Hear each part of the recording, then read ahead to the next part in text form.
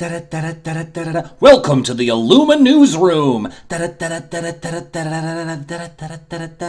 We're nearing the end. The LGS release of Rise of the Floodborn is less than a week away, and there's been another tsunami full of reveals. Let's get through them. Starting in Amber, we've got King Louis Jungle VIP, a 3/8 2 lore for 7, with when another character is banished, you may heal him for 2. So this is an interesting one. With 8 willpower, he's very survivable, absent hard removal. Throwing 1 or 2 drops at him won't really do anything, similar to Resist. Clearly he's a combo enabler with Grandpappy and Gifted Artist, but I think outside of that specific deck, I don't see a particular reason to run him over someone with a more immediate impact to the board like Infernal Schemer, as 7 is a big ask. Speaking of Rapunzel, we got another one, Sunshine, a 1/4 1 lore for 2 who can exert to heal a character for 2. So drab little crab with upside. She'll be good in any healing focused deck and is also clearly intended as a shift target for Gifted Artist, and I think she'll fill that role quite well. The last new Amber card is an action, Hold Still. For 2 ink, you can heal a character for 4. Already, no one plays Healing Glow, and I don't think anyone will play this either, even in a Grandpappy deck. Next. Moving to Amethyst, we have Blue Fairy Rewarding Good Deeds, a 1/1 1 lore for 2 with evasive, and when you play a Floodborn, you may draw a card. This seems very solid. Amethyst is getting a lot more evasives this set, and Blue Fairy seems to be the best when you play a Floodborn we've seen so far, especially since she's inkable. The downside to, say, Bucky is as a 1/1, he dies to basically anything, but just giving Blue Fairy evasive means she's much more likely to stick around and give you value.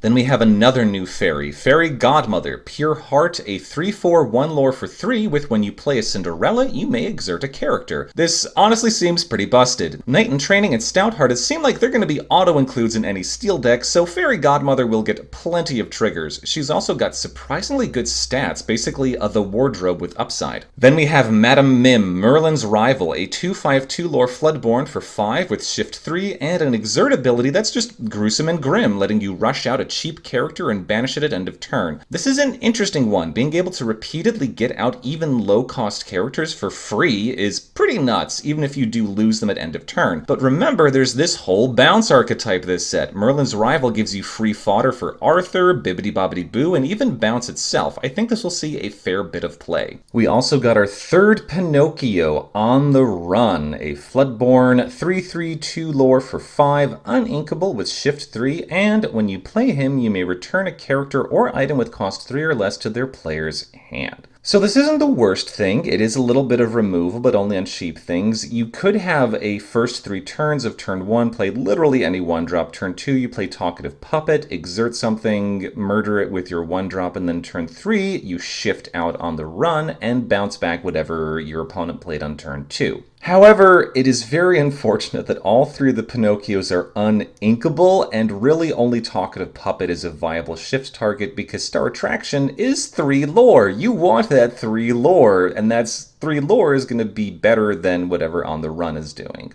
Our last new Amethyst card is another Floodborn, Yzma, Scary Beyond All Reason, a 4/4 2 lore for 6 with Shift 4, and when you play her, shuffle another character into their player's deck, and that player draws 2 cards. This is such a ridiculously flexible card. She can be removal, even if it does help your opponent rather substantially, or she can enable the bounce archetype. All those Merlins don't care if you put them back in your hand specifically, they just care about leaving play. So quest with your rabbit, then play Scary Beyond All Reason, throw it back into your deck, and draw a total of 3 cards. I don't think you'd even need to run a shift target for her, as playing her on 6 is honestly a better part of the curve for her to come out on, ensuring that there are reasonable targets for her ability. Our sole new Emerald card is Little John, Loyal Friend, who is a Kronk right-hand man clone. Kronk doesn't see play, Little John is definitely not going to see play, at least Steel cares about big bodies that can challenge, Emerald could not care less. Next. In Ruby, we get Baloo, Fun-Loving Bear, another color-shifted Horus. Again, a vanilla that's probably not going to see play. Just run the new Rush Mulan. Next. Much more interesting is Donald Duck Not Again, a 1/5 1 lore for 5 with Evasive, who gets an extra lore pip for each damage on him. So he can max out at 5 lore. So play him turn 5, then turn 6, play 2 copies of Teeth and Ambitions, then quest for 5. There's definitely some kind of combo deck waiting to be built around this angry boy, but I don't know if all the pieces are there yet. Still seems like something fun to try. Next is Tuck Tuk Tuk Wrecking Ball, a 4/5/0 lore for 4, uninkable with Reckless. This seems not the best. For only one more willpower than Queen Regent, you get uninkability and Reckless. I really don't get why Team Lorcana thinks Reckless is such an OP ability that Tuk Tuk and Taekon need to be uninkable when they really don't. To be quite honest, I probably wouldn't run Tuk Tuk even if he were inkable. At least give him Rush like Maui. Then we have another song. That's 4 so far in Ruby. The Most Diabolical Scheme, a 3-cost uninkable that has you banish one of your villains to banish another character. This seems like one too many hoops to jump through, especially for an uninkable. There aren't a lot of low-cost villains, and the few that see play because you want to play them and get value out of them. Until we get villains that want to be banished, kinda like the Merlins, I don't see anyone running this over Dragonfire, even if it is singable. The final new Ruby card is Peter Pan's Dagger, a 2-ink uninkable item that gives your evasive characters +1 strength. So the whole point of evasives is you want to avoid combat, so I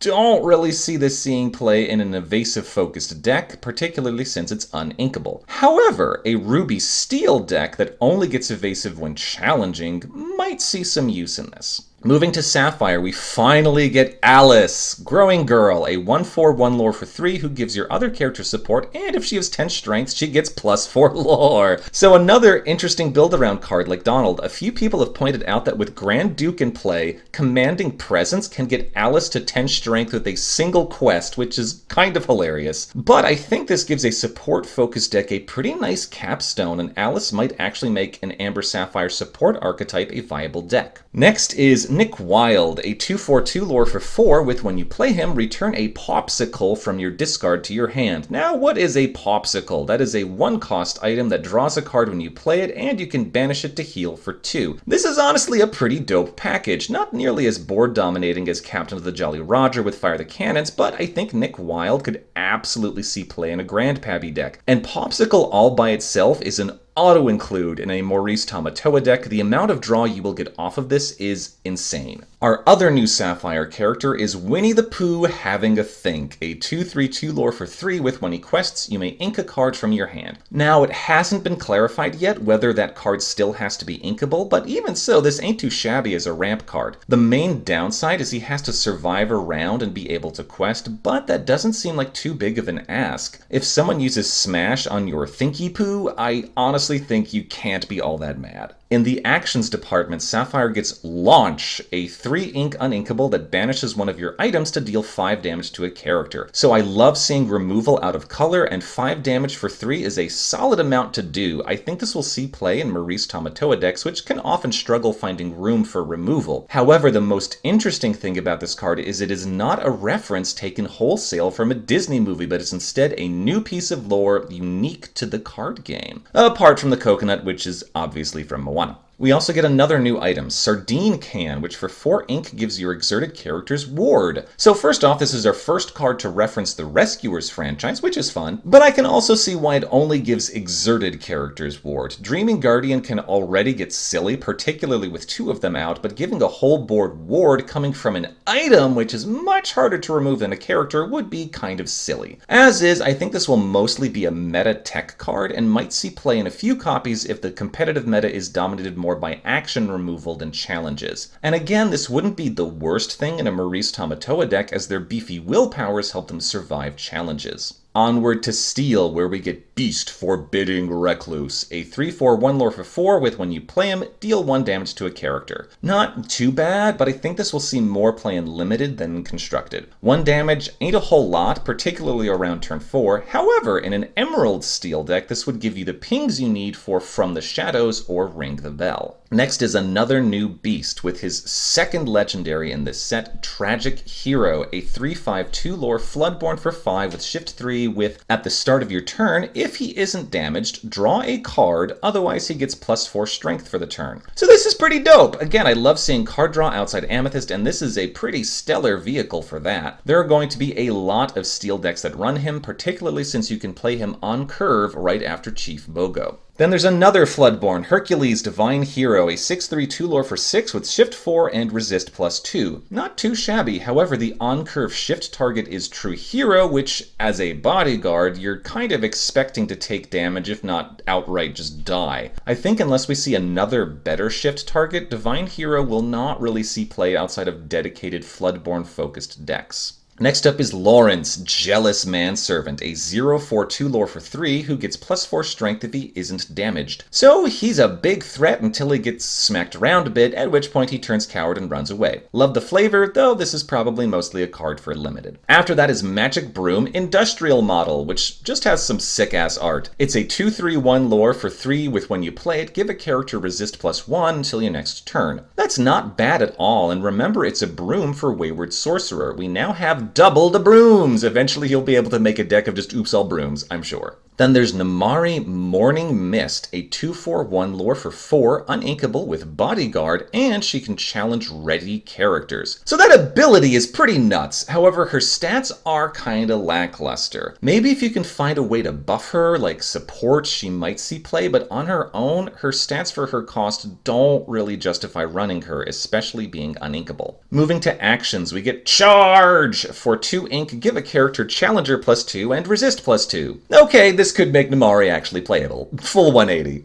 Jokes aside, this isn't bad at all, and I could see Steel decks actually running this, and in all seriousness, this could legit make Namari an actual threat, though I am a little sad she doesn't natively have better stats. Next is Last Cannon, a 1 ink item that you can spend 1 ink to banish and give a character Challenger +3. More Namari fodder, I will never have enough. In general, this seems okay, but aside from an item deck or trying vainly to make Namari happen, maybe give it a pass. Our final new card with this load is Weight Set, a 3 ink item that lets you, whenever you play a character with 4 or more strength, pay 1 to draw a card. Again, card draw is nice, and I can absolutely see a deck built around this, especially a Ruby Steel deck. Make it happen! Whew! We got through it. I am fairly confident that tomorrow we will see a final drop of the rest of the cards in the Lorcana app, so be on the lookout for that, and otherwise, best of luck getting your hands on product this coming Friday.